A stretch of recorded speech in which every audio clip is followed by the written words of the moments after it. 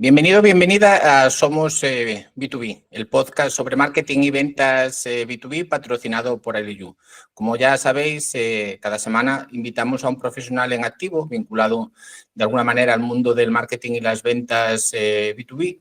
Y hoy tenemos la suerte de contar a alguien que le agradezco que comparta con nosotros su experiencia, sobre todo en una tarde tan calurosa como la de hoy, casi agradecimiento por partida doble. Os presento a Felipe Pol.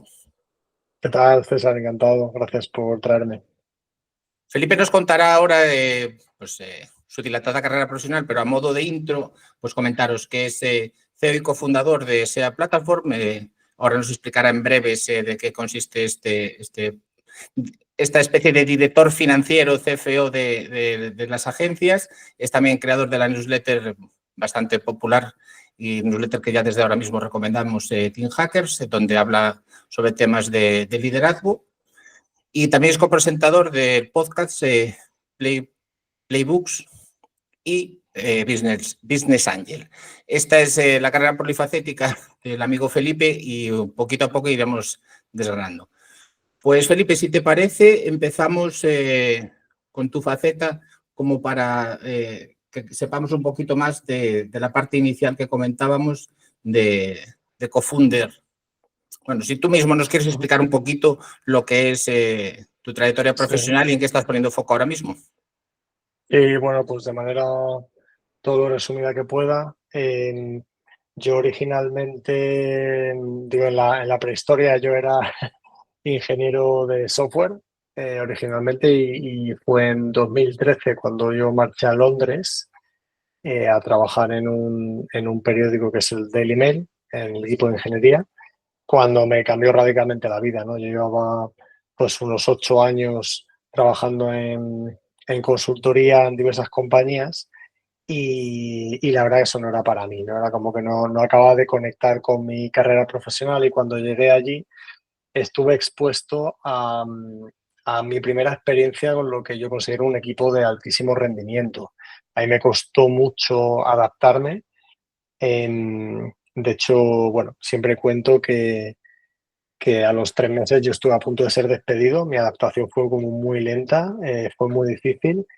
Y esa misma persona estuvo a punto de despedirme, pues se convirtió luego en mi primer cliente cuando fundé mi primera compañía y luego con el tiempo se convirtió en mi cliente más grande incluso. ¿Qué ocurre? Que en esa experiencia de equipo de alto rendimiento yo me di cuenta, y esto es algo interesante, ¿no? Siempre me preguntan pros y contras de emprender sin experiencia o con experiencia. Yo creo que las dos tienen pros y contras. En mi caso, yo emprendí con experiencia y eso me permitió haber entendido todos los noes que me había encontrado en el camino, digamos, hasta que di con un sí. Y esa polarización te hace entender que, oye, esto funciona y se puede hacer funcionar.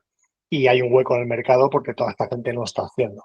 Entonces, eso aproveché esa experiencia en el Daily Mail como palanca para arrancar mi primera compañía llamada Guysmith, que fue una consultora de software, que empezó su andadura en Londres y acabamos abriendo oficina también en Hungría y posteriormente en España, donde volví en 2017. En el plazo de unos 7 años crecimos mucho y muy rápido y llegamos a ser unas 120 personas en los 3 países. Cuando alcanzamos unos 9 millones de facturación, mi socio y yo decidimos vender la compañía y justo pues un mes antes había nacido mi hijo, mi primer hijo. Y ese primer año para mí pues fue una adaptación complicada porque lo que ya trae la paternidad de retador, a ello había que sumarle el hecho de que tuve un grandísimo aprendizaje, ¿no? Que es el impacto de quedarte sin proyecto. Con todo lo bueno, por supuesto, que puede traer hacer una salida así, para mí fue muy retador, ¿vale? Y estuve pues casi los 2 primeros años deambulando, lanzando otras cosas, sin mucho propósito, ¿sabes? Esa sensación de levantarte por la mañana y de pronto, oye, tú tienes, por muy liados que estemos, ¿no? Pero la realidad es que tú tienes algo en la cabeza, un propósito, unos objetivos, un reto, un equipo, unos clientes, una red, en definitiva. Y a mí aquello me sirvió para aprender que quería empezar a crear contenido, porque me había sentido tan solo. Además, yo venía de Reino Unido, entonces yo no había desarrollado mucha red aquí en España. Y esa soledad la convertí en contenido. Empecé a hablar sobre mi experiencia escalando equipos, creando equipos excelentes, mi aprendizaje de liderazgo, pues de todas los tortazos que me da por el camino. Y empecé en LinkedIn y en esta newsletter que has mencionado, Team Hackers, y eso me permitió empezar a conocer muchísima gente, que tenía también agencias, que tenía otras consultoras. Empecé a hacer mentorías, o incluso preparé un bootcamp grupal, ¿no? Con un cohorte. Em, Eso me llevó también a conocer a Miguel y Corte en Escalando Agencias, y en última instancia me permitió entrar en el proyecto con ellos, ¿no? Que ahora lo colidero. Y en ese camino, hablando con agencias, pues me di cuenta de la gran carencia que suponían las finanzas en ese camino. Yo había hecho ese camino y lo conocía muy bien, ¿no? Sé cómo escalar unas finanzas en una organización que crece, y también sé la gran carencia que hay. Cuando tú no dominas las finanzas, lo cual es lo más lógico del mundo, porque normalmente viene una persona técnica, ¿no? a crear la compañía, pues te estás dejando atrás una palanca crucial para crecer. No solo por control financiero, sino por buenas prácticas, financiación, planes de inversión, etcétera. Y es lo que causa que haya muchísimas agencias que se quedan estancadas en una cifra, la que sea, ¿no? Desde medio millón hasta 1 millón, hay ciertos techos. Yo empecé a escribir mucho acerca de esto para divulgar y hacer ver, oye, lo que yo había pasado, ¿no? El concepto de que hay techos de crecimiento. Y eso, pues de forma muy natural, después de conocer gente que tenía el problema y demás, pues con parte de mi equipo anterior lanzamos este SaaS, ¿no? Sherpa Platform, con la idea de ofrecer unos servicios de dirección financiera a personas que no pueden pagar a un CFO porque no tiene ningún sentido en el estado en el que están. Em, y esta fue un poco la historia de cómo llegué hasta aquí, todo mi periplo de ese desierto, ¿no? que atravesé. Uno de los puntos que comentaste es emprender con experiencia, emprender sin experiencia, que es la típica pregunta que no hay una respuesta buena, cada uno nos fue de una manera diferente. Pero la verdad que, Felipe, aprovechando que tocaste ese tema, me gustaría mogollón saber tu opinión sobre otro punto que es, te voy a contar una breve historia personal. Hace muchos años un compañero de trabajo me dijo, de esas cosas que se te quedan grabadas, Ceas, tú eres un crack, pero tenías que hacer un esfuerzo por especializarte en una cosa concreta. Y yo vengo con un bagaje muy vinculado a mi padre, que es una persona que creó muchas empresas y muchos negocios, que él siempre hablaba de, César, lo importante es, tú tienes que ver el bosque. La gente no es capaz de ver el bosque. Si tú ves el bosque, tienes una ventaja competitiva muy grande en relación al que solo ve el árbol que tiene delante o la tarea exclusiva que tiene delante. ¿Qué opinión tienes sobre esto, Felipe? Es muy buena pregunta. Yo, en mi experiencia, creo que lo que una empresa valora más, sin ningún lugar a dudas, es a un generalista. Pero rara vez una empresa contrata a un generalista. Es decir, creo, incluso tú mira ahí fuera, ¿no? Si tú lanzas una newsletter sin que esté anichada y hables de cosas generales, vas a tener menos éxito que una persona que hable de, oye, paid, o oye, cómo hago contenido, o cómo vendo B2B. La gente busca especialización, pero de ahí lo que quiere es que la persona se expanda. Porque a mí me ha pasado, ¿no? Un gran problema que hay en una empresa que crece es quiénes son los siguientes líderes. O sea, convertirte en una fábrica de nuevos líderes para soportar ese crecimiento, ¿no? Entonces, ahí viene la explicación de generalización.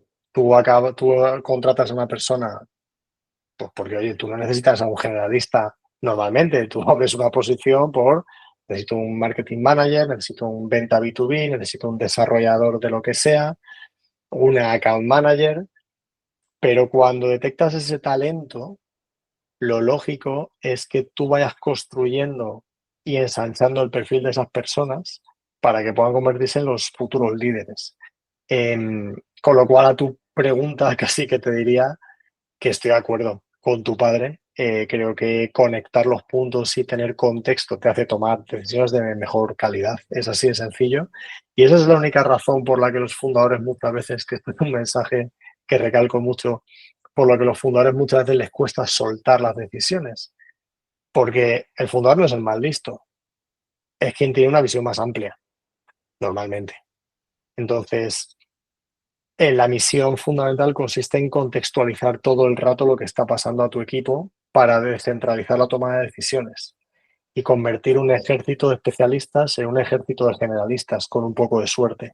Porque aunque estén haciendo un trabajo especialista, si tienen mucho mayor contexto de lo que estás haciendo, los objetivos, el para qué, qué tiene que pasar este mes, cuáles son los objetivos de negocio, van a tomar mejores decisiones. Es así de sencillo, pero no es fácil ni clarificarlo con uno mismo ni comunicarlo.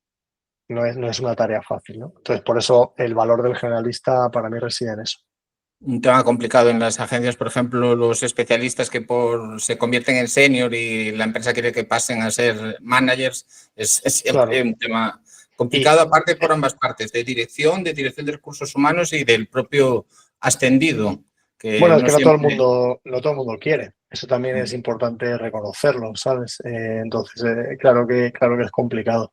Hay una misión ahí de mentorizar, acompañar y luego una contrapartida que tiene que estar dispuesto a ir por ahí, porque también tú piénsalo, eso también genera del otro lado una cierta ansiedad. Ahí me pasó, ¿no? Cuando estaba en mi compañía y dejé de ser desarrollador de software para convertirme en otra cosa, de pronto dices, ostras, que lo que a mí me ha dado seguridad durante mis primeros 8 años de carrera, lo estoy dejando atrás de alguna manera. Sí, es un salto al Em, vacío. claro, y de alguna manera, pues eso no es fácil de digerir. Necesita un acompañamiento. Bueno, como comentamos al principio, Felipe, eres un culo inquieto, un perfil heterogéneo. Y si te parece, para que ir conociendo cada una de tus facetas, si profundizamos un poquito, lo primero, saber qué es Sherpa y una parte que para mí me parece importante, que por mi experiencia veo que la necesidad de conocimiento o de apoyo en la parte financiera no es solo una cuestión del sector de las agencias, pero me parece No. interesante saber por qué os habéis centrado en agencias en esta primera fase.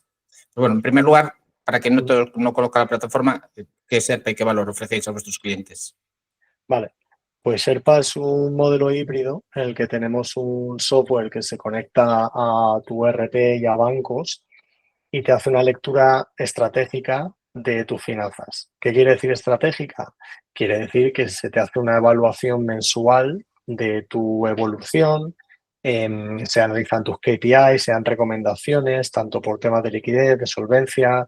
Somos capaces de integrarnos con todos tus créditos, tus líneas. Entonces somos capaces de dibujarte además tu flujo de caja futuro, que es algo que mucha gente o hace un Excel o no hace nada y casi se tira rezando, ¿no? En la mitad del mes. Ayudamos con recobros, tenemos un servicio luego especializado con una directora financiera que tenemos en el equipo. Cualquiera puede ver en nuestra web webinars que tenemos y demás con mucho contenido porque es un negocio que requiere de mucha educación. Al final no sabes lo que no sabes. Y si tú a la gente le quieres ayudar con el tema de finanzas, lo primero es que le tienes que explicar pues un montón de conceptos, porque hay mucha gente que no sabe ni siquiera lo básico, cuál es la diferencia entre un ingreso y un cobro, por ejemplo. Entonces, sin saber lo que no sabes, es muy complicado que te des cuenta de todo lo que te estás perdiendo, lo que puedes estar liando, ¿no? Esa es un poco la idea. Y la razón por la que elegimos el sector de las agencias es porque pensamos que inicialmente, bueno, todo SaaS, ¿no? En go-to-market, pues hablando de generalista versus especialista, yo creo que es un error intentar venderle a todo el mundo de primeras y que centrarte en un nicho permite ajustar tu comunicación, ser mucho más relevante, elegir canales mucho más bueno, más cercanos y en nuestro caso, pues fue como arrancamos, ¿no? A través de comunidades como Escalando Agencias, eventos, newsletters de nicho y podcast de nicho, relaciones ya previamente establecidas. Es un segmento en el que cada agencia conoce a otras 15 o 20 agencias y entre ellos se recomiendan. No hay muchos sectores así, tan colaboradores, esa es la realidad. El sector digital suele ser bastante colaborador. Entonces, y sobre todo era muy relevante porque nosotros veníamos de haber escalado y vendido a una empresa de modelo agencia, de software en este caso. Entonces, pues sentíamos que había una conexión y una autoridad diferente a si yo me voy al sector de la construcción donde no tengo ni idea, ¿no? Y esa ha sido un poco la idea. Estaremos atentos a ver cuando decidáis ir por un segundo ICP. Estaremos atentos a ver por cuál decidís. Te pediría preguntas muy concretas. Al final esto es un podcast sobre marketing y ventas y pues es un proyecto que lleva relativamente poco tiempo y seguro que de vuestra estrategia de captación pues todos aprendemos un poquillo. Entonces, lo primero es una pregunta muy concreta. Nuestros clientes nos siguen pidiendo que le pongamos en la web botón solicitar demo y los ratios, pues la verdad que en post pandemia fueron fantásticos y estamos en una caída libre. Los usuarios que visitan vuestra web pues siguen solicitando que le realicéis una demo de producto. ¿Estáis teniendo problemas para que esta fuente de leads funcione? Tenemos algunas demos, pero no te diría que es lo más efectivo. En parte porque, fíjate, yo creo que como usuarios, a nosotros lo que hemos observado es que cuando alguien nos viene a través de demo o incluso porque nos escriben directamente por LinkedIn, alguno de los que estamos en el equipo, o un mail o lo que sea, han venido después de una serie de impactos. Alrededor de 10 es lo que estamos observando. Esto puede ser que nos vean en LinkedIn algún comentario, algún post que hemos escrito. Esto puede ser que se hayan visto alguno de nuestros webinars. Esto puede ser que hayan leído alguno de los artículos de blog que tenemos. Y esto pues habla mucho de cómo funciona hoy en día el consumidor, ¿no? Es como que le das vueltas, buscas autoridad, te quedas un poco, quieres acercar la relación con esa persona o con esa empresa, entonces oye, voy a seguirle, voy a apuntarme al siguiente webinar.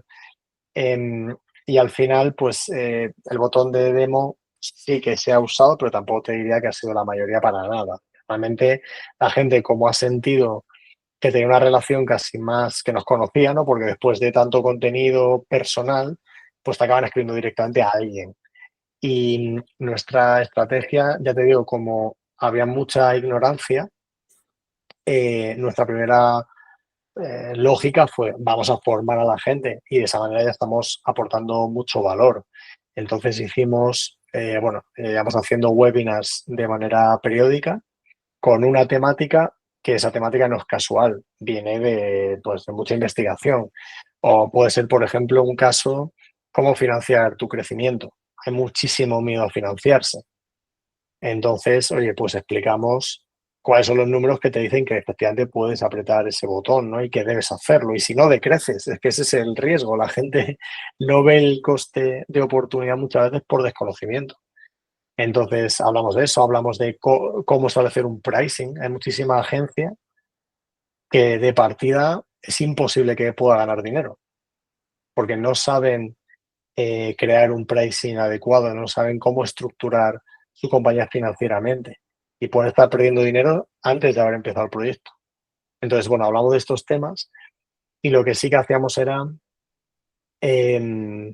hacer mucha promo de los webinars. Como teníamos uno al mes, pues estábamos como en campaña todo el rato, promocionando el webinar, haciendo mucho outbound, invitando a la gente. Luego de ahí se apuntaba un montón de gente que entraba en una lista de correo, que aún sigue, vamos, digo, entraba, sigue pasando todo esto. Y en esa lista de correo, simplemente de manera como un lenguaje muy cercano, pues estamos aportando valor con ciertos contenidos o incluso anunciando la evolución del producto, ¿no? Tenemos pocas bajas en la newsletter, lo cual está guay, porque es verdad, nuestro tono es como muy cercano, muy de agencia, ¿ves? Ese es el tema. Si yo en la newsletter de pronto meto, yo que sé, un despacho de abogados, pues igual me están diciendo que por qué las cookies, no sé qué, en vez de estar al mensaje, ¿no? Y luego, en el post-webinar, pues siempre establecíamos mucha relación con gente que había venido, que te ha parecido, tal y cual, o incluso gente que no había venido, pues también hablas, oye, te mando la grabación. Estableces una relación y después de una serie de impactos, pues mucha gente que ya le has puesto la idea en la cabeza de que, oye, cuidado con las finanzas. Esa persona cuando está un domingo por la tarde haciendo semanalmente sus cuentas en Excel, se pregunta que qué narices hace empleando 2 horas con esto cuando ni le gusta ni se le da bien, ¿no? Y se plantea, oye, pues esto que me ayude a algo. Esa es un poco la lógica. Yo, si me lo permites, haría como resumen para los oyentes, porque me parece que has tocado 2 puntos que son, vamos, crucial. El mundo B2B está viviendo ahora un cambio importante. El primero es que los embudos ya no son lineales. Tu amigo y compañero en Escalando Agencias, Corti, hará un mes hizo un post genial que lo podéis buscar y leerlo. Ya no es esa parte lineal y un poco el botón, ¿no?, de solicitar demo está vinculado con esa idea de embudo lineal que va a seguir unos pasos y para nada. Puede pasar 3 meses en la parte de descubrimiento, de identificar que tiene la necesidad y después el otro proceso que sea eso directamente, que él proactivamente quiera conectarte. Y después también el lenguaje cercano, Felipe. No sé si estás de acuerdo que eso, en el B2B parece que todo tenía que ser súper lenguaje de abogados y soso y catedrático y tal. Y yo creo que cada vez, al final, somos los mismos. El que hoy está comprando en Amazon, pues tienes un puesto de decisión en una empresa y te gusta que te hablen ese lenguaje normal, salvo algún directivo del IBEX que sí que le gusta tener ese Fausto, por decirlo de alguna manera. El resto yo creo que cada vez se entiende mejor y tienes más tasa de apertura, más tiempo de lectura, más tiempo de impacto si utilizas pues, el lenguaje en el que todos hablamos en vez del Claro, académico. no tiene por qué ser cercano, pero sí que sea relevante, ¿no? Que sepas a quién estás hablando y cómo le puedes hablar. Yo creo que también hay que ser como muy coherente con eso y la gente, yo creo, está aburrida de mensajes fríos, anodinos, súper formales, ¿no? La gente, pues quiere esa cercanía que hoy con la IA pues, está muy en peligro, en realidad. Generáis un contenido, ya algo lo has comentado tú, webinars, blog, que tenéis muy bien identificados sin duda los pains de vuestros decisores y ahí lo tocáis bien.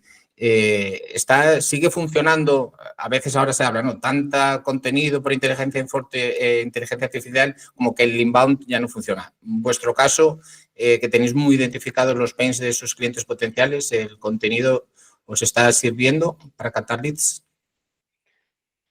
Ostras, es que ni siquiera diría que hacemos inbound, o sea, yo creo que nosotros hacemos all bound, ¿no? Porque al final haces un mix de, oye, un contenido, pero también sabes hablar con gente a los cuales les propones que lean tu contenido, algo que pueda ser muy interesante, porque esto nace de una conversación, no es que le mandemos a quemarropa toma este artículo, ¿no? Sino que tienes una conversación, lo cual nos sirve para validar los PENs o el nivel de conciencia al respecto del problema, nos ha servido para validar tamaños, recursos, ver a partir de qué tamaño una persona ya tiene un CFO interno.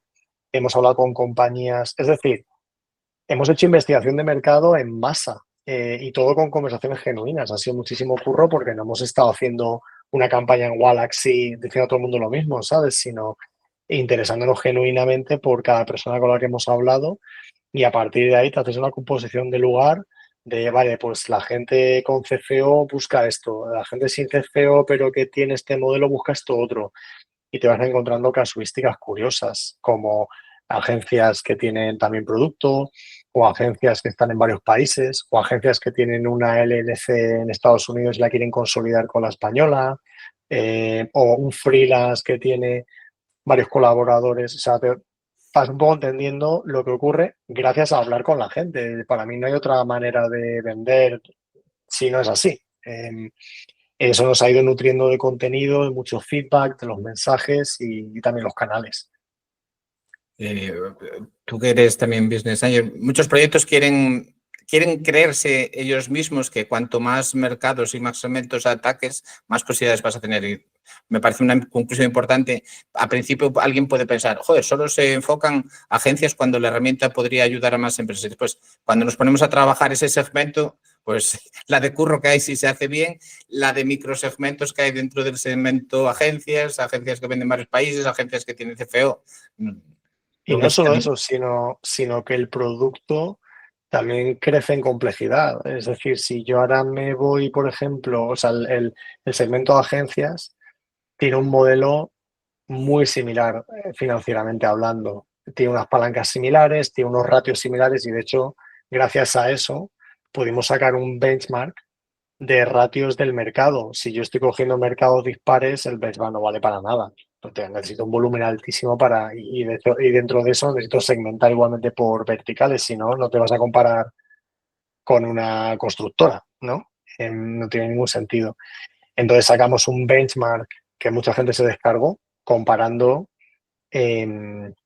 crecimiento interanual, comparando, yo qué sé, ratios de liquidez, comparando márgenes brutos, comparando EBITDAs, un poco para que la gente se ubique, porque bueno, tú estás ahí muy solo con tu agencia y cuando te comparas con el resto, hablas con tus colegas, dices, ostras, ¿y tú por qué tienes un 20% de EBITDA y yo no paso el 8%? Te empiezas a hacer las preguntas que realmente mueven la aguja, ¿no? Entonces, eso también fue interesante. Si te parece, pasamos a tu faceta como creador de contenido a través de la newsletter Team Hackers, que volvemos a recomendar y ya decimos ahora mismo, cuando publicamos este vídeo a través de YouTube, pondremos el enlace para que os podáis suscribir, porque realmente es un contenido que merece la pena. ¿Qué te llevó a crear esta newsletter? ¿Cuál era el objetivo? Que un poquito lo introdujiste, que era un momento como que estabas así un poco buscando tu hueco y que te ayudó la generación de contenido. Pues ha sido como muy cambiante el objetivo, pero siempre ha habido uno de trasfondo, que es que no me vuelva a sentir tan en el desierto como me sentí aquella vez. Entonces, ¿En el a desierto mí, por soledad o en el desierto por falta de objetivos, Felipe? las dos cosas, las dos cosas. Al final, mucha gente me escribe que lee mi newsletter, he hablado con muchos de mis lectores que me han propuesto alguna vídeo, me han contado su historia. Yo hablo mucho de liderazgo y gestión de equipos autónomos porque, bueno, he contado que vendí la compañía, pero lo que no he dicho es que nosotros conseguimos salir al día siguiente sin ningún tipo de earnout, ¿no? Que son los espacios que tienes que estar de transición cuando un comprador te dice, oye, tío, has estado aquí no sé cuántos años, no te vas a ir ahora que todo depende de ti. Y en nuestro caso, porque nada dependía de nosotros, pudimos hacer eso. Entonces, todas mis lecciones sobre generación de autonomía y todo lo que me he formado todo este tiempo y también la reflexión, pues lo empecé a plasmar ahí con la pura intención de compartir y también creo que cuando cuentas algo es cuando haces el ejercicio mental de entenderlo, ¿no? Y de integrarlo. Y fue un poco, pues, por parte también egoísta por mí, ¿no? Y también por compartir el camino. Oye, me fue bien y sinceramente desde entonces para mí un gran propósito es ayudar a otros de la manera que sea. A veces es conectándole con alguien que le pueda ayudar, puede ser que yo le escuche y le diga mi opinión o puede ser que le ayude de cualquier otra manera. Entonces, luego hubo una época que sí que estuve lanzando algunos productos, vendiendo mentorías y demás cuando estaba en fase más de conocer gente. Ahora que estoy ya metido en proyectos de manera más intensiva, pues no me da la vida mucho para eso. ¿Ves? Pero es una muy buena herramienta porque a mí me permite abrir y cerrar el grifo, ¿no? Cuando quiero ser más intensivo transaccionalmente hablando, en el sentido de, oye, vamos a hacer cosas, proponedme qué queréis que haga, o abro mentorías, o cómo os puedo ayudar, pues lo haré. Y cuando esté a otras cosas, pues estaré a otras cosas y seguiré aportando valor desde esta otra forma, ¿no? Principalmente hablas de liderazgo y de gestión de equipos, pero ¿algún temita concreto que tu propia audiencia pues, haya querido destacar o que ellos mismos proactivamente te hayan pedido que sobre eso profundices más?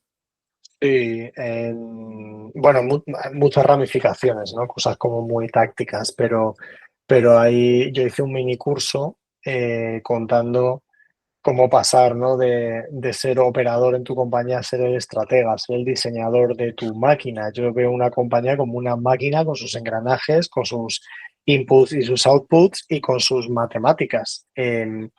Entonces, bueno, creo que hay un salto cualitativo importante cuando pasas de una mentalidad a otra y esto requiere de pensar muy diferente. Yo siempre digo que el límite de una organización está en la cabeza de su fundador o fundadora y necesitas a veces escuchar nuevas ideas o tener nuevas referencias para atreverte, ¿no? a ir al siguiente nivel. Que no es fácil porque es un viaje muy psicológico, porque la persona técnica está muy apegada a la tarea, se siente muy cómodo en tareas técnicas, se siente muy cómodo haciendo esa persona la venta y desapegarse de todo eso pues es un camino emocional complicado. Entonces en ese mini curso hablo de todo eso que yo aprendí y la gente me da muy buen feedback. Entonces creo que en esa parte de liderazgo y gestión de equipos hay una parte de psicología y autoliderazgo absolutamente fundamental. En más de una ocasión te he oído comentar que para ti el liderazgo es una capacidad que se puede entrenar. Haciendo un parangón con alguien que está yendo al gimnasio, ¿qué 3 músculos crees que un buen líder debería tener tonificados y bien entrenados sí o sí? Es buena pregunta. Y todo esto depende de los valores de cada persona. Pero yo sí que creo que un líder debe ser íntegro, o sea, poner mucho esfuerzo en que lo que en inglés se dice walk the talk. O sea, no le pides a la gente cosas que no haces, no anuncies al mercado cosas que no estás haciendo, sé íntegro, sé coherente, porque la integridad genera para mí el mayor lubricante en un equipo, que es la confianza. Y eso parte del líder. También está enseñando a la gente a ser íntegro, ¿no? Y eso es importante, entender que eres ejemplo. Otro músculo te diría el foco, ser capaz de enfocar los esfuerzos. Al final el mercado, la IA nos pone la cabeza como un bombo, cada 2 semanas una herramienta nueva. Vivimos tiempos de desenfoque, sin duda. Pero esto ha pasado siempre, César. Pasó el blockchain, pasó las .com, o sea, siempre hay disrupciones que te, que te desajustan y siempre hay novedades y siempre hay un anuncio de Meta y siempre hay cosas. Y claro que hay que recalibrar la estrategia, pero no se puede ser reactivo. Un equipo no funciona bien cuando le tienes en modo apagar fuegos todo el rato. Y el líder no puede liderar si está todo el rato apagando fuegos. Y lo que siempre digo, si tú estás pilotando la nave, ¿quién la está diseñando? ¿No? No se pueden hacer las dos cosas. Entonces, foco tanto en tu rol como foco al equipo. Y la tercera podría ser, deja de pensar, porque hay muchas. Te he dicho la integridad, te he dicho el foco. Te diría la, la mentalidad de servir. O sea, yo creo que un líder está para servir, para hacer que su equipo sea lo mejor posible, para que desate el potencial de su equipo, ¿no? Oye, te viene alguien con problemas, escúchalos, implícate. Tío, si la gente, yo qué sé, tonterías, ¿no? Si la gente te dice que su ordenador va lento, tío, dale un mejor ordenador. Que ves que hay un proceso que no está funcionando, implícate en cambiarlo. O sea, todo el rato tienes que estar con la mentalidad de mejora continua, al servicio del equipo, ¿no? Para mí el líder no tiene que ser quien haga, tiene que ser quien habilite a hacer. Hoy el protagonista eres tú, pero te lo juro, no aguanto sin comentar este punto, porque las empresas nacemos para servir, pero no sé qué diablos pasa, España y países latinos, que lo convertimos en servidumbre. Es esa figura como de pelotas, de algo tan bonito que es servir, que es ser útil a otros, ya sea persona, compañeros, familia, tal, lo hemos convertido en como que fuera algo peyorativo vinculado a eso, a la servidumbre. Yo creo que cada vez empieza un poquito a cambiar y ya más gente sabe lo que es la inteligencia emocional, la inteligencia social, eso se ha abierto ese discurso y ya no se ve que el querer ayudar a alguien, sea que seas un pelote, no, porque es que ayudar a los otros es chulo, es reconfortante. A nivel de empresa, la diferencia es brutal. Cuando hay líderes que están centrados en ayudar al equipo, en cuando entran juniors, es que no solo es que ya sean más productivos, sino que son empresas en las que da gusto trabajar y las otras son empresas en las que es un poquito complicado. Absolutamente, pero aparte de esto que traes, que es que servir es digno, es un poco lo que yo escucho, ¿no? Que aparte de reconocer que servir es digno, es que es extremadamente inteligente. Porque cuando tú te pones al servicio del equipo, tú que eres la persona, volviendo a lo que hemos comentado antes, con más contexto, muchas veces también con más poder de decisión, pues, oye, eres el fundador, pues tienes más poder. Em, ¿Cómo no vas a empoderar a las personas que más pueden hacer? ¿Cómo no vas a facilitarles el camino? ¿Cómo no vas a construir con ellos palancas para que puedan hacer más con menos? Lo que sí que veo es mucho líder frustrado, esperando que los problemas se resuelvan solo, esperando que su equipo tenga que hacer todo, ¿no? Y yo sí que creo que el líder es el responsable último de generar el sistema en el que su equipo se está desarrollando. No culpes al jugador, culpa al tablero de juego. Y el tablero de juego lo diseñas tú. Entonces creo que es clave que el líder coja esa responsabilidad y se la ponga aquí de medallita y diga, es que esto es mío. Si mi equipo no está siendo efectivo, ¿qué no estoy haciendo yo? En lugar de culparles a ellos, ¿no?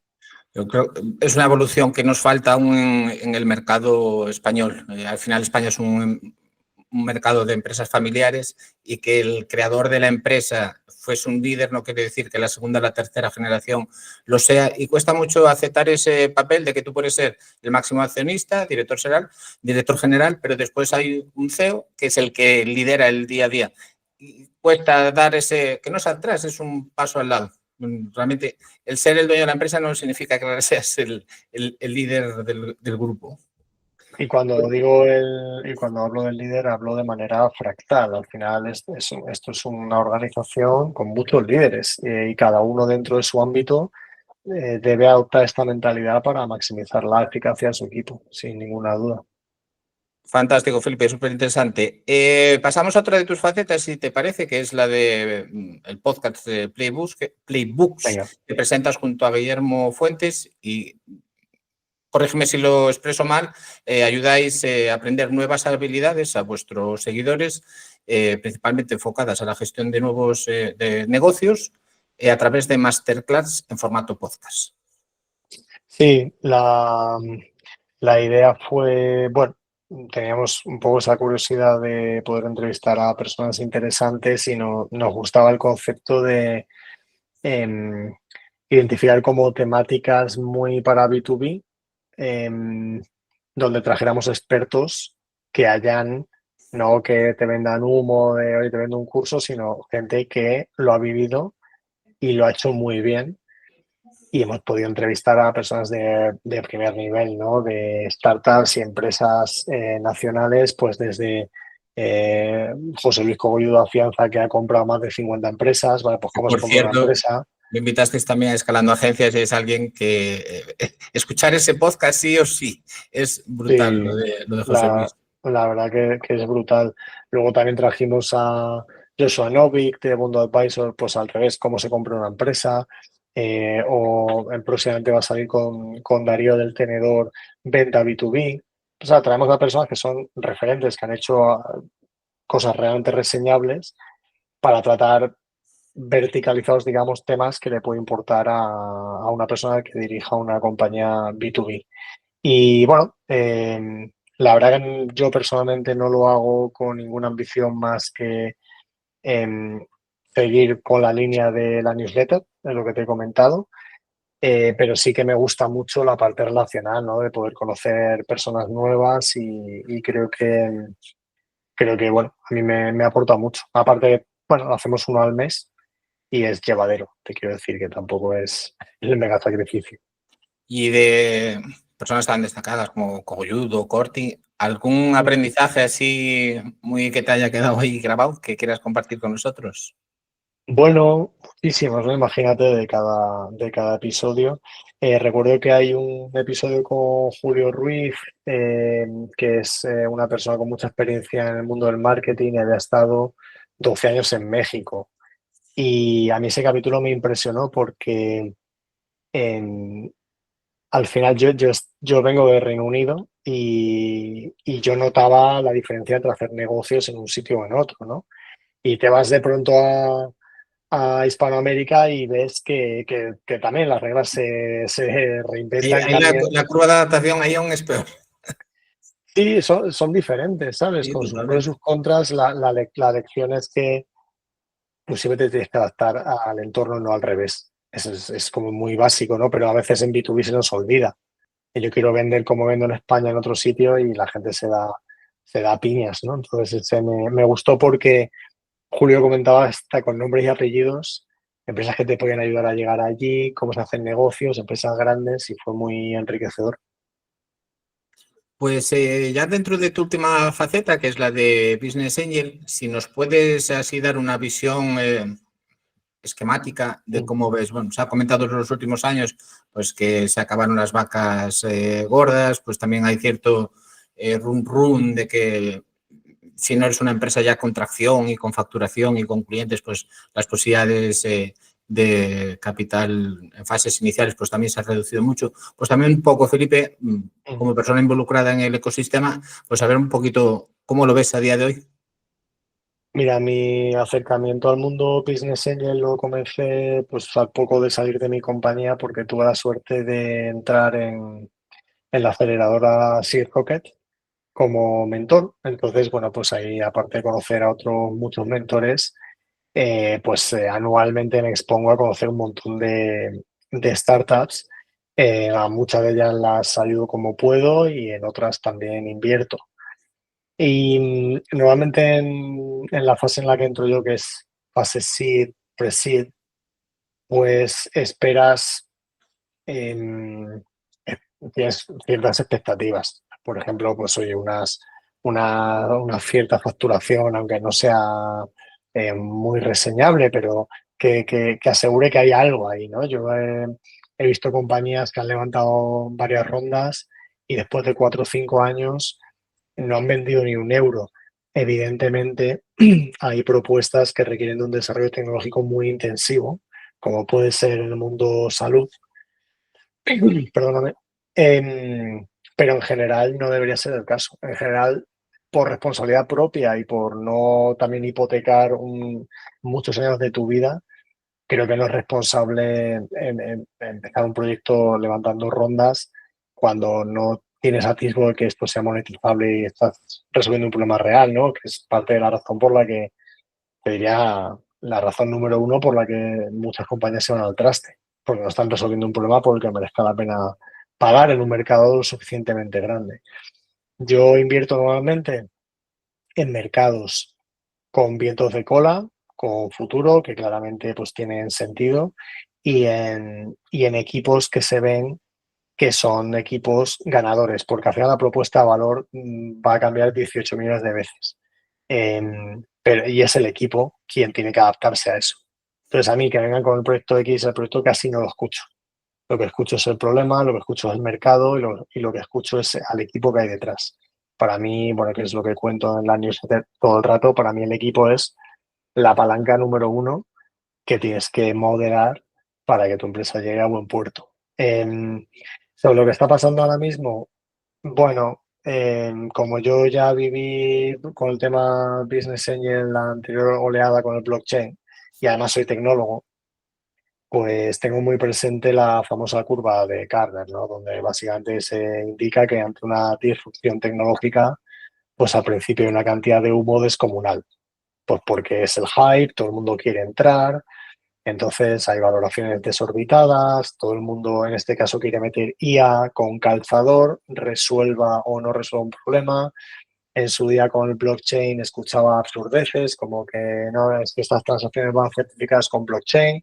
Oye, pues llevamos no sé cuántos años utilizando base de datos y nadie se ha quejado. O sea que cuando la tecnología y la innovación no aporta valor, no tiene sentido. Y cuando inflas una valoración solo porque los fondos están buscando, porque luego hay agendas, ¿no? En empresas corporate la gente quiere invertir en IA y dentro de esa agenda, pues si tú dices que eres con IA, pues de pronto estás ahí, en su radar.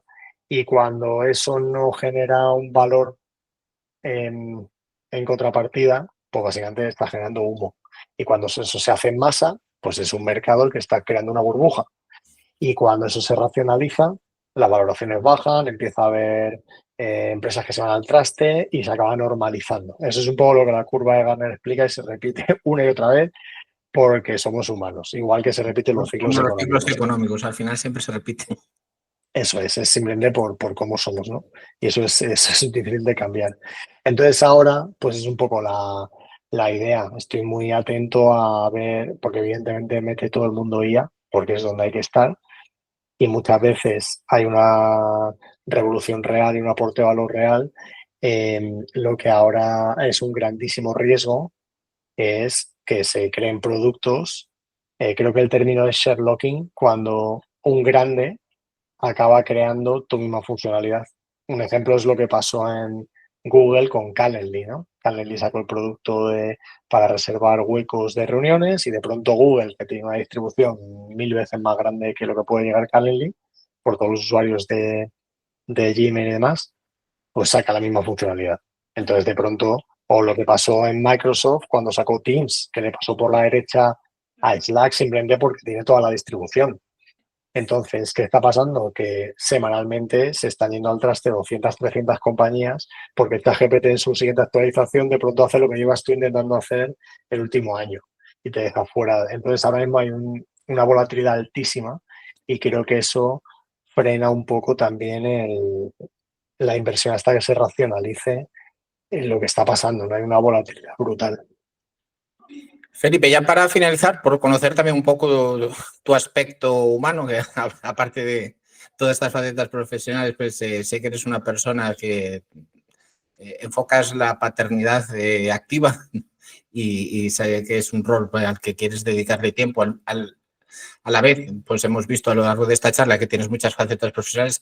No sé, a ti te pasa, yo tengo 46 años y noto que la energía que tengo ya no es la misma que hace 20 años. Entonces, tengo que regular mucho los frentes en que me meto porque básicamente la batería se baja a una velocidad más rápida que hace 20 años.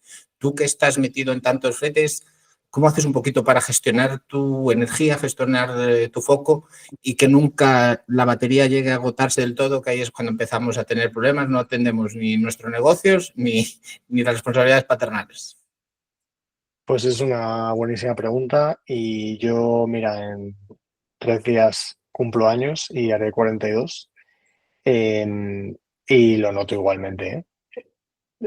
Escribí hace muy poco en mi newsletter una edición sobre esto, sobre em, productividad, mi sistema, el que he encontrado después de muchos años y evidentemente adaptado al yo de hoy, ¿no? Eso creo que es una clave, no vivir encorsetado con las decisiones del pasado y adaptarte a tu nueva realidad. Y tu nueva realidad no es mejor ni peor, es diferente y la clave es optimizarla.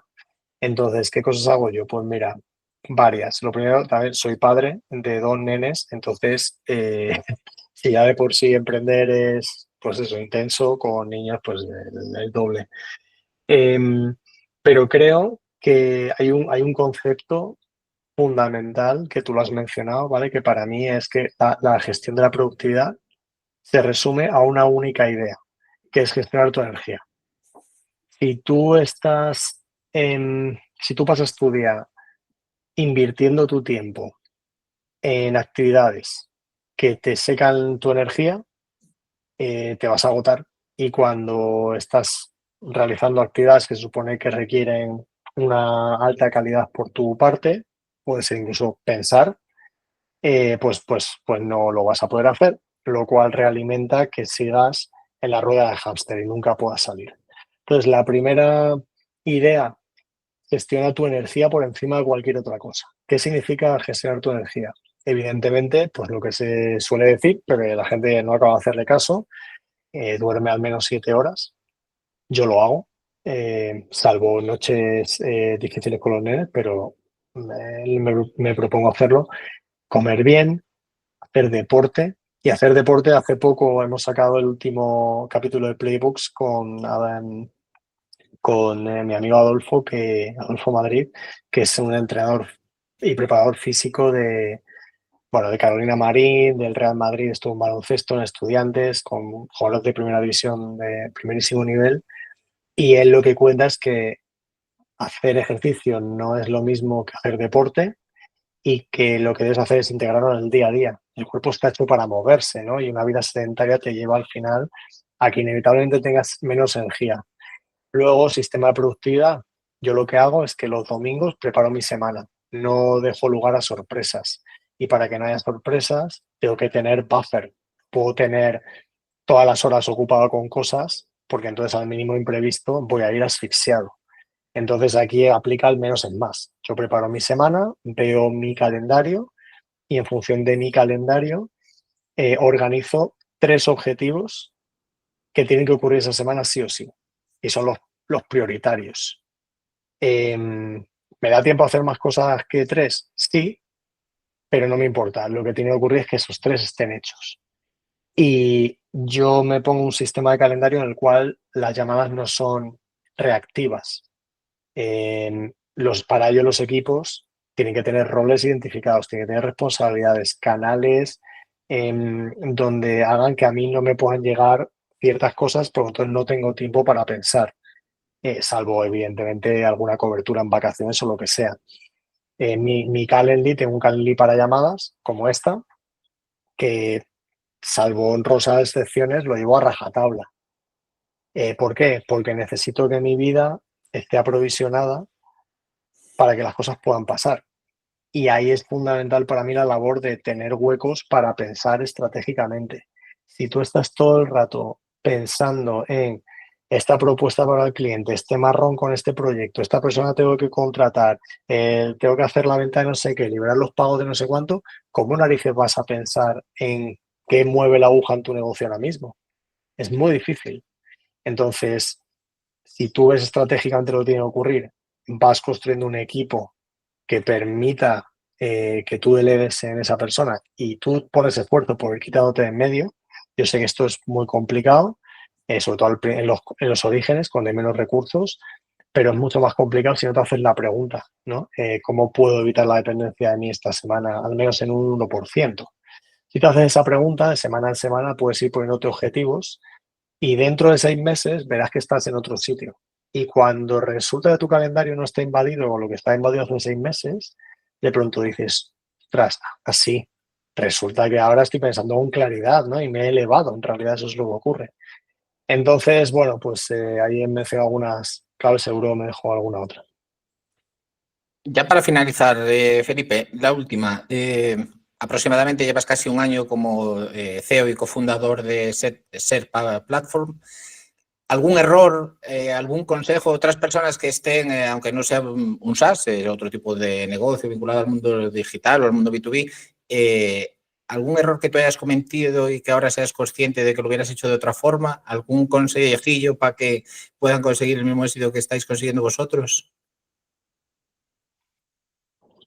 A ver, consejos, pues muchísimos y aprendizajes también y errores, imagínate. Te diría que por más que una persona lo diga, es complicadísimo hacerlo. Em, Trabaja alrededor de un concepto que se llama los jobs to be done, ¿vale? Al final, un producto no se construye alrededor de funcionalidades, se construye alrededor de la resolución de problemas reales que vienen de una investigación de mercado.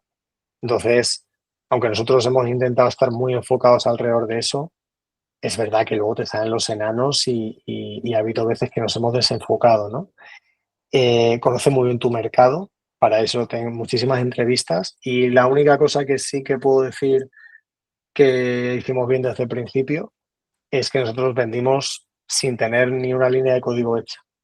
O sea, vende, monetiza y cuando esté el dinero aquí y el compromiso aquí, entonces empieza a construir alrededor de eso, ¿no? Y eso vale para cualquier cosa. Nosotros en otros proyectos constantemente lanzamos esta mentalidad de experimentación, ¿no? Y vamos a ver si ofrecemos esto al mercado y a ver cuántos nos pagan. Y los que no nos pagan, ¿por qué no nos pagan? ¿Qué les falta? ¿Qué les sobra? ¿Qué objeciones traen? ¿Que no estamos comunicando? ¿Que debemos incorporar a esto que no estamos incorporando? ¿No? Y eso creo que en la propuesta de valor incluso de cualquier agencia o negocio B2B aplica exactamente igual. No hay que esperar a que las cosas estén perfectas, porque nunca lo van a ser, ¿no? El perfeccionismo, mira, tú hablabas antes de la servidumbre confundida con servir, yo te hablo del perfeccionismo confundido con ser bueno. O sea, la gente se piensa que porque la gente se enorgullece, ¿no? No, es que esto, si no está perfecto, no sale. Bueno, pues que sepas que esa mentalidad es tremendamente limitante. Es un poco lo que diría y que en una empresa estás cavando tu propia tumba si esperas que todo salga perfecto, ¿no? Creo que eso ya solo vale para una tipología específica de empresas. Creo que varios tenemos nombres en la cabeza ahora mismo.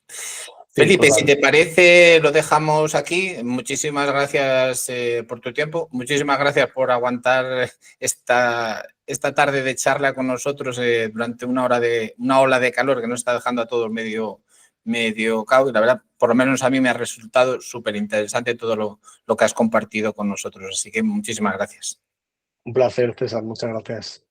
A vosotros recordaros, como siempre, que si os suscribís al canal de YouTube, pues no os perderéis ninguna de las próximas charlas con gente tan interesante como Felipe. Un saludo.